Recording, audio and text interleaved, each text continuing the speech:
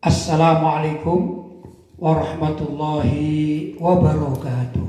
Waalaikumsalam warahmatullahi wabarakatuh. Alhamdulillah, wassalatu wassalamu ala rasulillah Sayyidina Muhammad ibn Abdillah wa ala alihi wa sahbihi wa man wala wa la hawla wa la quwata illa billah, amma ba'd. Ikhwani rahimakumullah, sebagaimana kemarin kita semua berkumpul di tempat ini di Majelis Taklim Ribat Al-Murtadha di Singosari, Malang. Alhamdulillah, malam hari ini juga kita tetap melaksanakan salah satu dari kewajiban agama, yaitu talabul ilmi, mencari ilmu agama. Mudah-mudahan kita tetap dicatat sebagai orang-orang yang senantiasa mencari ilmu sampai kelak kalau kita dipanggil oleh Allah Subhanahu wa taala. Allahumma amin. Karena orang yang mencari ilmu atau orang yang berjalan keluar dari rumahnya khusus untuk mencari ilmu agama, sesungguhnya dia dipermudah oleh Allah Subhanahu wa taala jalannya itu untuk menuju surga. Karena itu kita bermohon mudah-mudahan jalan kita menuju surga ini benar-benar jalan yang lurus, jalan yang dipermudah oleh Allah Subhanahu wa taala sampai kapanpun, bahkan sampai kita dipanggil oleh Allah Subhanahu wa taala, mudah-mudahan tidak terhapus sebagai thalibul ilmi, yaitu orang yang mencari ilmu, maksudnya ilmu syariat. Untuk malam hari ini kita akan membahas tentang satu tema juga terkait dengan surga, terkait dengan neraka, ya. Karena kita ingin masuk surga dan takut masuk neraka, ya.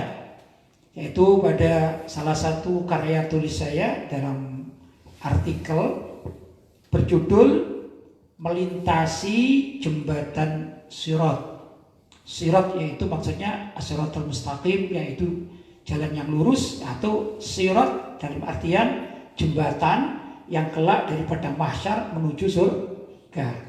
Itu titian, ya, dalam bahasa Indonesia adalah titian atau jembatan atau titian, dikenal begitu. Untuk kali ini saya persilakan akhina siapa namanya?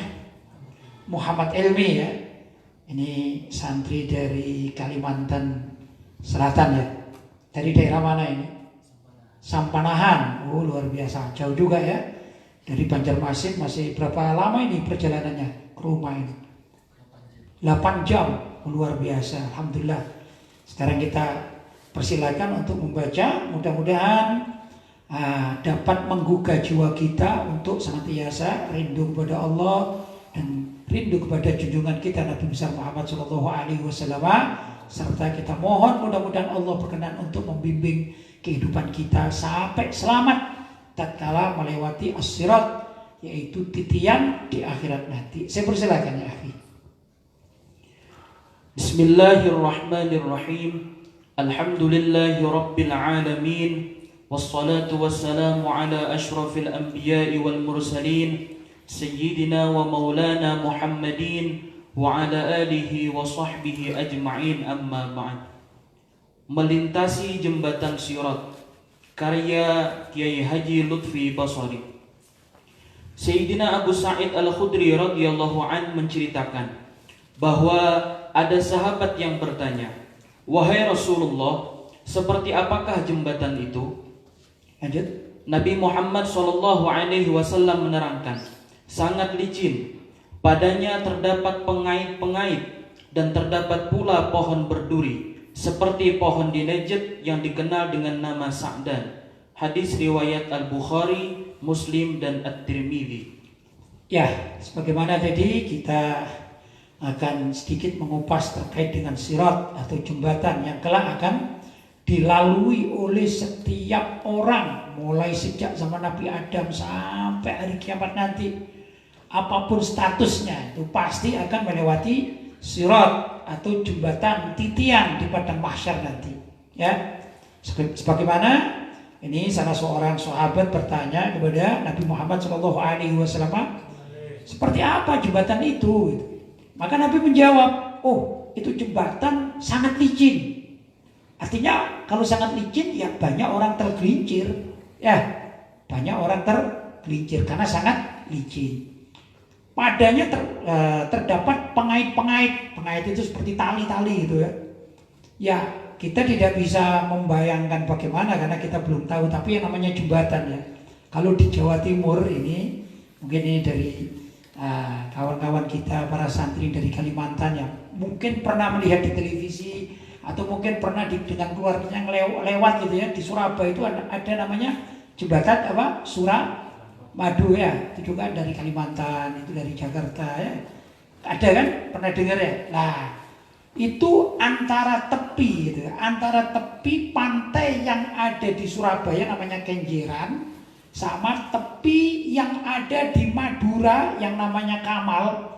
Nah, itu kan ada apa? Ikatan-ikatan, tali-tali, walaupun talinya dari besi tapi terlihat tali-tali. Semacam itu kurang lebih. Ya, gambarannya tentu jauh berbeda dengan Suramadu, tapi itu yang namanya gambaran sirot ya, atau apa jadi titian. Jadi di sana ada pengait-pengait dan terdapat juga pohon berduri. Nah, pohon berduri di sekelilingnya itu ya luar biasa, ini sudah licin ya, ada pohon yang berduri yang setiap saat kalau orang terpeleset bisa terkena durinya ya, robek kan begitu ya. Nah, kemudian seperti katanya seperti pohon di Najd yang namanya Sa'dan, yaitu pohon berduri ada. Kalau dikatakan Najd itu satu wilayah di sekarang namanya Saudi ya. Arab itu dulu ada namanya Najd, ada namanya Hijaz. Ya, saya gambarkan karena saya ini orang Jawa Timur ya. Maka saya katakan ibarat kalau di Malang ini saya katakan Hijaz, wilayah-wilayah Malang, ini kan Jawa Timur gitu ya. Misalnya saya katakan wilayah Malang itu apa Hijaz, terdiri dari apa saja sih yang dekat? Misalnya Malang, Pasuruan, ya dah. Nah, begitu. Nah, terus Sidoarjo, mungkin Surabaya sendiri, ya dah. Ini istilah saya katakan seperti wilayah Hijaz. Jelas. Sedangkan yang namanya Najd ini walaupun sama di Jawa Timurnya, tapi wilayah timur seperti Bali, seperti Banyuwangi, ya dah. Itu wilayah tapal kuda. Ya, ini yang diberi nama apa? Najd. Jadi jauh. Nah, kalau sekarang gambaran yang namanya Hijaz, yang saya tahu itu antara lain ada Mekah, ada Madinah, ada Jeddah, ada Taif, ada Hada, ya. Nah, sedangkan yang namanya Najd, tadi Hijaz ya, yang namanya Najd itu ada Riyadh, pernah dengar Riyadh kan ya? Ada Riyadh, nah, terus ada Ahsa dan lain sebagainya. Itu jauh sekali, dekat-dekat Riyadh sana, dekat-dekat, jadi jauh dari Mekah. Nah, kalau tidak salah 1000 kilo, kalau tidak salah, seingat saya ya. Dulu saya pernah dengar ketika saya berada di Saudi. Tapi kurang lebih begitulah yang namanya apa Najd lah. Di Najd ini ada satu jenis pohon namanya Sa'dan yang itu berduri. Ya, nah, yang biasanya begini, pohon-pohon yang berduri itu justru di Arab sana menjadi makanannya onta. Ya luar biasa, makanannya onta. Onta itu suka dengan pohon atau cabang-cabang yang berduri. Jadi kalau kita orang Jawa Timur makan kerupuk, ya ada bunyi kraus ini barangkali ini Jawa Timuran ya, mohon maaf ya. Kraus. Onta pun begitu, makan apa namanya? Pohon-pohon berduri itu dengan bunyi kraus itu seperti makan kerupuk kalau kita ini. Nah, itulah makanan onta. Nah, di sana ada namanya satu tanaman yang namanya Sa'dan. Nah, ini pohonnya berduri. Seperti itu. Bagaimana kalau ada orang tergelincir? Ya bisa tersangkut. Kalau tersangkut, wah ini durinya banyak, ya dah. Naudzubillah min. Nah, silakan. Setipis apapun bentuk jembatan sirat itu, saat kehidupan di padang mahsyar telah bergolak-gelak, maka bagi orang yang diridai oleh Allah dalam segala urusannya akan menjadi lapang tatkala melintasinya dengan pertolongan Allah. Sebaliknya, bagi kalangan yang dimurkai oleh Allah, maka sebesar apapun bentuk jembatan sirat itu akan terperosok saat melintasinya. Apalagi hakikat jembatan sirat itu sangat licin. Ya, jadi begini, orang yang beriman kepada Allah SWT, orang yang diridhoi oleh Allah SWT, orang yang dicintai oleh Allah SWT, Maka dikatakan sekecil apapun jembatan itu, ya. Bahkan ada yang menggambarkan bahwa kecilnya jembatan itu, ada yang menggambarkan ini kita punya rambut, ya dah. Kemudian rambut itu dibelah menjadi 7. Nah, ini saking kecilnya, ya. Nah, itu licin lagi. Sudah licin, di bawahnya ini ada neraka yang panas lagi. Ya, luar biasa. Tapi bagi orang yang beriman, yang diridhoi oleh Allah SWT, dicintai oleh Allah SWT, dirindukan oleh Nabi Muhammad SAW, termasuk para pelajar ilmu agama, talibul ilm, ya dah, itu akan menjadi lapang gitu. Kalau dulu waktu saya masih SD, ya, ada salah satu guru saya itu menerangkan, dan itu lekat. Biasanya pelajaran bagi anak-anak sekolah dasar, madrasah itu kan lekat, ya. Kata guru saya dulu begini, kalau kamu jadi orang beriman, walaupun ini jembatan ini seperti apa tadi, rambut dibelah 7, maka kamu bisa loncat-loncat di sana itu sampai ke surga, loncat-loncat, ya asik gitu ya. Kenapa? Karena engkau sudah diselamatkan oleh Allah Subhanahu wa Ta'ala. Maka di sini juga tadi saya katakan, ya, barang siapa, ya, man salaka tariqan yaltamisu bihi ilman sahhalallahu tariqahu ilal jannah, ya, au kama qala Nabi SAW bersabda kurang lebihnya begini, barang siapa yang man kharaja min baitihi, barang siapa yang keluar dari rumahnya, ya talabul ilma atau talabul ilmi, atau mencari ilmu agama seperti kita ini, ya, sahhalallahu tariqahu ilal jannah, maka Allah akan melapangkan, menggampangkan, memudahkan jalannya menuju surga. Maka para pelajar ilmu itu ibarat ini, ya. Ibarat pelajar ilmu itu pertama orang yang mempelajari ilmu demikian seperti kita ini, ya. Itu sesungguhnya malaikat ini sekarang berdoa, ya Allah, itu fulan bin fulan, ini, ya. Ini ada 4 orang di sini, ya. Ini namanya siapa? Khairul, ya, namanya Muhammad Ilmi, namanya Labib, namanya Rijal, itu namanya Muhammad Pa'abud, ya. Itu namanya siapa itu? Lutfi Barakba, itu Ahmad Al-Kaf, dan lain sebagainya. Ini kan mencari ilmu kan, dan lain sebagainya yang hadir ini, ya, dan lain sebagainya. Itu akan dipermudah jalannya menuju surga. Karena talibul ilmi, pelajar ilmu, itu besok ya mudah-mudahan hakikat terjadi, ya. Walaupun tadi sirat tipis seperti itu, tapi kita jalannya itu bisa apa, ya? Kata orang Jawa itu lenggang kangkung katanya, nyantai aja. Karena yang kita lihat ini jalannya besar. Kenapa? Karena dipermudah oleh Allah SWT untuk masuk surga. Jadi jangan khawatir bagi orang-orang yang baik. Ya, lanjut. Kemudian lanjutannya gini. Tapi sebaliknya bagi kalangan yang dimurkai oleh Allah, itu ya lanjutannya. Orang yang dimurkai oleh Allah, ya, tidak pernah istighfar, tidak pernah ibadah, tidak mencari ilmu, walhasil yang dicari dunia sampai Allah murka. Kita tidak bicara orang kafir, ya, kita bicara internet umat Islam, ya. Tapi dia tidak tahu lah namanya sholat, ya enggak, malah judi, mabuk dan segala macam, walaupun dia muslim. Itu apa yang terjadi? Andai kata sirat ini dibuat besar misalnya, ya, seperti jalan tol itu, tapi licin. Masalahnya licin. Jadi walaupun jalannya besar, tapi kalau licin dan ini orang yang tidak ditolong oleh Allah SWT, maka apa yang terjadi? Dia akan terpleset, ya, ke samping kanan, samping kiri. Yang di situ itu ada pohon-pohon yang sangat berduri dan sangat menakutkan. Apalagi di bawahnya ini adalah api neraka yang menyala-nyala. Itu demikian gambarannya. Jelas, ya? Baik, silakan. Sebagaimana Sayyidina Abu Sa'id Al-Khudri radhiyallahu an mengabarkan bahwa Nabi Muhammad SAW bersabda, cara yang dilakukan orang-orang dalam melintasi jembatan Sirat bermacam-macam. A. Ada yang sekejap mata. B. Ada yang sekejap kilat. C. Ada yang seperti angin kencang. D. Ada yang seperti burung terbang. E. Ada yang seperti larinya kuda balap. F.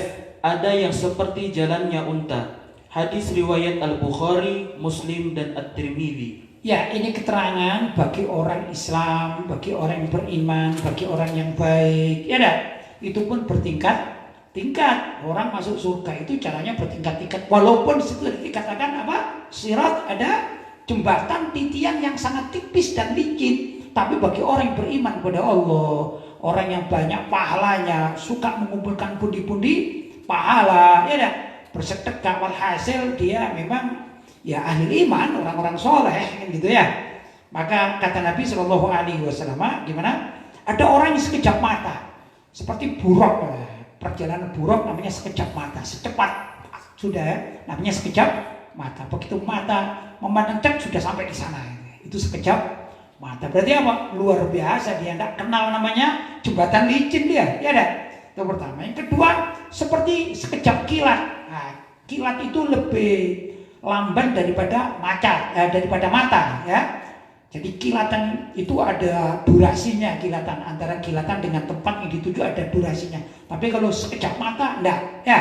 Ini lebih rendah lagi. Artinya kalau secara ibadah, kalau saya gambarkan, yang sekejap mata itu ibaratnya orang yang ibadahnya nilainya 100.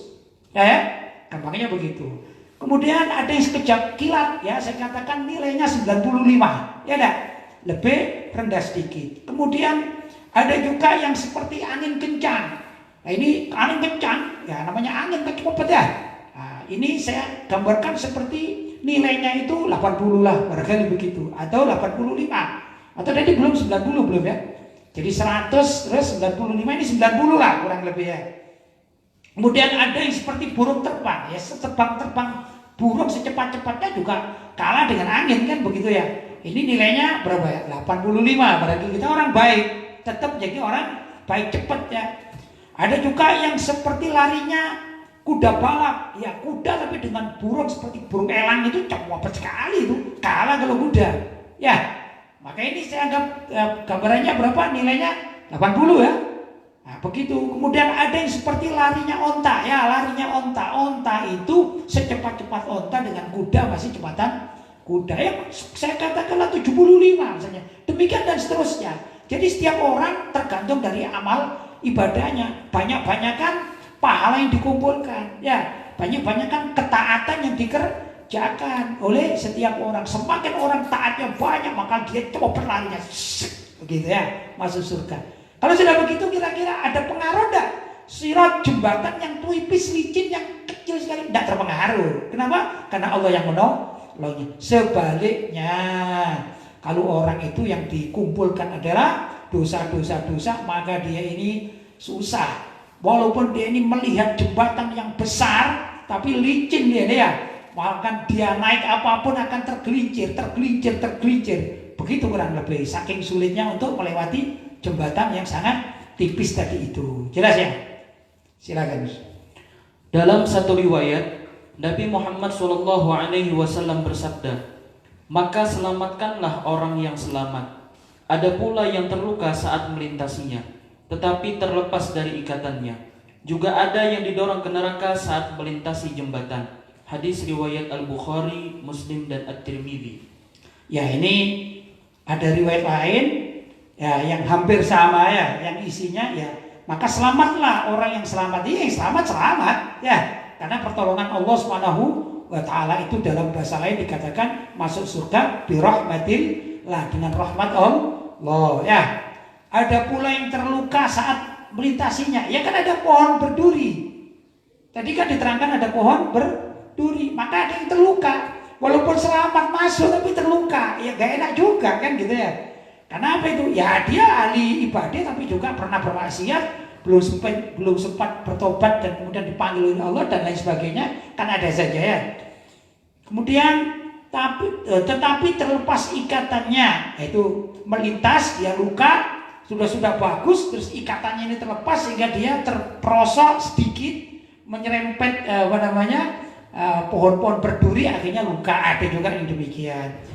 Juga ada orang yang melewati di situ, seperti jalannya enak, tapi didorong ke neraka. Naudzubillah min dzalik. Akhirnya apa?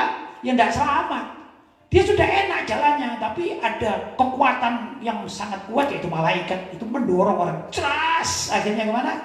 Pergi ke neraka, terjatuh ke neraka. Ada yang demikian. Macam-macam orang melewati jembatan Sirat. Bayangkan aja jumlah manusia sejak zaman Nabi Adam, ya enggak? Sampai kelak di hari kiamat berapa itu orang? Tentu nasibnya berbeda. Silakan. Sayyidina Abu Hurairah radhiyallahu an mengutarakan bahwa Nabi Muhammad SAW juga bersabda, kemudian dipasanglah sirat di antara kedua tepi, berarti di tengah-tengah neraka jahanam.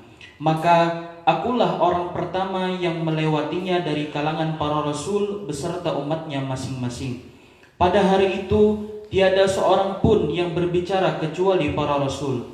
Dan perkataan para rasul pada hari itu maksudnya saat melintasi jembatan adalah, wahai Allah, selamatkanlah, selamatkanlah. Hadis riwayat Al-Bukhari dan Muslim. Ya, saya gambarkan tadi itu ya. Ibarat ini ada Surabaya, ada Madura. Saya gambarkan saja ya. Pokoknya memudahkan kefahaman. Dalam bahasanya takribul faham ya. Ibarat Surabaya itu padang mahsyar, lah di Madura itu surga. Di tengah-tengahnya adalah lautnya itu neraka, kan gitu. Jadi sirat jembatan itu dipasang di dua tepi pantai, ya dah. Pantai di Surabaya sama pantai di mana? Di Madura, seperti itu. Ya, jadi padang mahsyar satu tempat, surga satu tempat, bawahnya ini neraka. Ada dua jembatan gini, ada dua tempat yang dipasang. Jadi di tengah-tengah apa? Ya, kalau nengok ke bawah gini kelihatan neraka jadi. Ya, kurang lebih begitu. Nah, kemudian tatkala sudah dipasang itu, maka para nabi semuanya akan berjalan membawa umatnya masing-masing. Semua tidak bisa berbicara kecuali para nabi dan para rasul, ya enggak? Dan orang yang sudah melewati jembatan tadi itu, maka yang dibicarakan atau yang disebutkan hanya mengatakan, wahai Allah selamatkanlah, wahai Allah selamatkanlah, salimna salimna, selamatkanlah kami. Ya dah. Kenapa? Jangan sampai keprosok ke neraka. Ya, itu gambarannya begitu kelak di akhirat. Jelas? Silakan. Dalam riwayat lain, Sayyidina Al-Mughirah bin Syu'ban radhiyallahu an menerangkan bahwa Nabi Muhammad SAW bersabda, pertanda orang mukmin di atas sirat adalah ucapannya, wahai Tuhanku, selamatkanlah, selamatkanlah. Hadis riwayat At-Tirmidzi. Ya, yang mengucapkan wahai Tuhanku, wahai Allah, selamatkanlah, selamatkanlah, itu pasti orang beriman. Karena dia meyakini bahwasanya Allah ada bersama mereka. Sedangkan orang kafir tidak yakin. Ya sudah, mereka tidak perlu mengatakan selamatkanlah, selamatkanlah, langsung didata masuk neraka, didorong masuk neraka. Ya dah. Nah, orang masuk neraka kan ada dua macam. Yang kafir itu pasti masuk neraka, tidak perlu didata sudah masuk neraka. Tapi yang beriman atau orang Islam itu ada dua macam kan ya. Ada yang orang itu masuk surga biwai hisab, tanpa hisab langsung masuk surga, artinya selamat dari neraka. Tapi ada juga yang karena maksiatnya lebih besar timbangannya daripada amal ibadahnya, dia terjerumus dulu atau dimasukkan dulu ke neraka untuk beberapa saat. Nah, inilah yang didorong. Sebenarnya enak jalannya. Ya Tuhan, wahai Allah selamatkanlah, selamatkanlah. Hampir selamat gitu ya. Ternyata didorong oleh malaikat. Walaupun nantinya dikeluarkan dari neraka untuk dikembalikan ke jalan yang benar menuju surga. Itu begitu. Tapi yang kafir ya langsung sudah masuk neraka. Naudzubillah min dzalik. Lanjut. Di antara kondisi orang-orang yang akan melintasi jembatan sirat itu, ada kalangan yang keadaannya sebagaimana diberitakan oleh Nabi Muhammad SAW. Sebagaimana dalam riwayat Sayyidina Anas bin Malik, beliau SAW bersabda, bahwa kelak juga ada anak Adam, seseorang yang sedang diadili di padang mahsyar seakan-akan seperti anak kambing yang masih kecil. Kemudian Allah Subhanahu wa taala berfirman kepadanya, aku telah memberimu pelayan dan melimpahkan nikmatku kepadamu. Lalu apakah yang telah engkau perbuat? Lanjut. Wahai Tuhanku, aku telah mengumpulkan dan mengembangkannya sehingga kutinggalkan dalam keadaan bertambah banyak. Jawab anak Adam itu. Ya itu dulu. Ya. Jadi kelak ada gambaran orang anak Adam, maksudnya seorang ya. Itu diajak dialog, ditanya. Dulu waktu kamu di dunia, aku beri pelayanan, aku beri kenikmatan-kenikmatan, ya dah. Maksudnya harta, khususnya harta ini. Terus kamu apakan itu harta? Ternyata dia tidak bisa berbohong. Dia mengatakan, ya harta itu aku biarkan dan aku kembangkan terus berkembang. Kalau dilanjutkan, apakah kamu sedekah? Enggak, aku simpen aja itu uang. Yang itu kan kerjaanku, ya dah. Aku kan berhak. Wong itu kerjaanku, urusan orang lain ya biarin aja cari uang sendiri. Kok enak kan gitu ya? Ngapain aku harus bersedekah kepada orang lain? Kasarnya begitu aku lebih gambarannya. Lanjut. Lalu ia memohon, untuk itu kembalikanlah aku ke dunia, niscaya aku akan membelanjakannya di jalanmu. Ya, kemudian dia nyesal. Ya, kenapa nyesal? Karena tahu bahwasanya uang, harta yang dia kumpulkan itu akan menyulitkan dirinya di Shiratal Mustaqim, di jembatan tadi itu ya, di Sirat. Akan menyulitkan dirinya di jembatan, bahkan di padang mahsyar menyulitkan. Sampai orang ini mengatakan, ya Allah kalau boleh kembalikan aku walaupun sejenak ke dunia ini agar aku bisa membelanjakan harta yang aku kumpulkan ini untuk sesuatu di jalan Allah fisabilillah, misalnya untuk bangun masjid, bangun pesantren, ya, memberi santunan kepada fuqara dan masakin, pokoknya apa-apa yang di jalan Allah, atau juga membiayai peperangan di dalam Islam, kegiatan-kegiatan. Kenapa? Dia nyesel, sudah terlanjur mengumpulkan uang nggak diapa-apain, dia mati, maka dia dipertanyakan besok. Lanjut. Allah Subhanahu wa taala berfirman, perlihatkanlah kepadaku semua yang telah engkau kerjakan. Ya Allah meminta pertanggungjawaban. Ayo cepat, aku lihat mana itu uang yang dulu aku kasih sebagai rezeki. Iya ya Allah, betul-betul saya kumpulkan. Tapi saya kumpulkan saja. Saya timbun. Ya, saya nggak peduli. Yang penting saya timbun. Saya sekarang benar-benar menyesal, gitu ya. Lanjut. Anak Adam, orang itu tetap memberikan jawaban yang sama. Wahai Tuhanku, aku telah mengumpulkan dan mengembangkannya sehingga kutinggalkan dalam keadaan bertambah banyak. Untuk itu kembalikan aku ke dunia, niscaya aku akan membelanjakannya di jalanmu. Ya, sebenarnya itu dia tetap iya betul. Kalau orang sekarang mengatakan sumpah gitu katanya ya, orang sekarang kan suka begitu, sumpah, sumpah Allah, saya itu mengumpulkan betul-betul Pak itu. Cuma tidak saya belanjakan di jalan Engkau ya Allah. Untuk apa? Ya aku makan, aku nikmati, aku belikan rumah yang banyak, dan rumah aku tempati sendiri dengan keluargaku. Aku punya mobil juga macam-macam, ada Alphard, ada Pajero, ada apa saja ya. Semuanya untuk siapa itu? Ya untuk aku sendiri, aku yang cari kerja kok. Ya. Terus kamu tidak pernah sedekah pada apa? Enggak, kan aku sendiri yang kerja. Itu memang. Jadi bagaimana? Ya Allah, kalau engkau perkenankan aku, baru sekarang aku ngerti ya Allah. Ya, aku mohon ya Allah, kembalikan aku ke dunia. Sudah 5 jam saja. Kalau udah 5 jam saja, andai kata aku kembali ke dunia, maka semua hartaku aku kasihkan masjid. Semua hartaku aku kasihkan tempat ibadah. Mau bikin pesantren, mau masjid, atau juga jalan fisabilillah, peperangan fisabilillah akan aku sampaikan, salurkan semua. Kalau ada fuqara dan masakin ini yang aku lihat di mana saja, maka dalam 5 jam itu akan aku beri semuanya sehingga aku udah punya harta. Kenapa? Ternyata hartaku ini walaupun halal cara mencarinya, tapi aku tidak pernah sedekah. Apa yang terjadi? Jadi masalah tersendiri. Naudzubillah min dzalik. Karena itu kita boleh mengumpulkan harta, itu boleh ya sesuai dengan syariat, asalkan itu. Tapi jangan lupa menyalurkan di jalan Allah agar tidak merintangi jalan kita di Sirat nanti. Jelas ya? Silakan. Ternyata dia adalah seorang hamba yang belum pernah berbuat kebaikan sekalipun. Lalu dia diseret ke dalam neraka. Na'udzubillah min dzalik.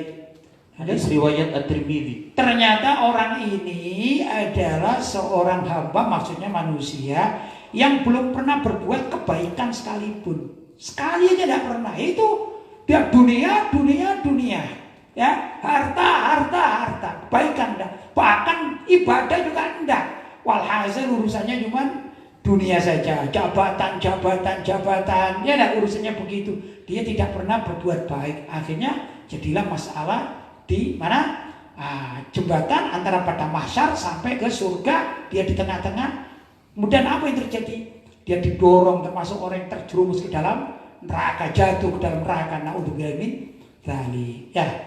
Itu kalau tanya itu orang kafir atau orang muslim. Kalau orang kafir nggak usah dibahas, ya dah. Tapi masalahnya ini orang muslim. Nah ini kadang-kadang orang yang Islamnya cuma KTP-nya saja. Ya, naudzubillah min dzalik. Dia Islamnya KTP tapi tidak pernah berbuat untuk Islam sama sekali, ibadah juga enggak. Pokoknya dia urusannya kerja makan perut ya.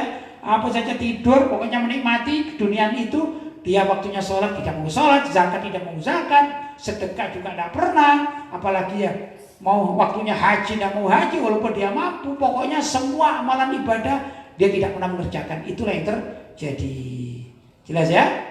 Ya ikhwan, alhamdulillah, mudah-mudahan kita semua yang hadir tempat ini ya, dan juga semua pemirsa yang mendengarkan pengajian ini, mudah-mudahan kita dijadikan orang yang kelak tatkala di padang mahsyar menuju surga dijadikan orang yang mudah jalannya melewati titian atau sirat, sehingga kita selamat dari sengatan api neraka dan kita diajak, dituntun oleh baginda Nabi Muhammad SAW masuk surga ya, sampai di sana bisa bersilaturahim dengan semua saudara-saudara kita, semua muslim, khususnya berjumpa dengan Nabi Muhammad SAW, dan yang paling utama bisa ru'yatullah, melihat Allah di surga. Allahumma amin. Saya kira pengajian malam hari ini saya cukupkan sekian, mudah-mudahan ada manfaatnya. Hadza ma aqulu lakum wal 'afu minkum. Wassalamualaikum warahmatullahi wabarakatuh.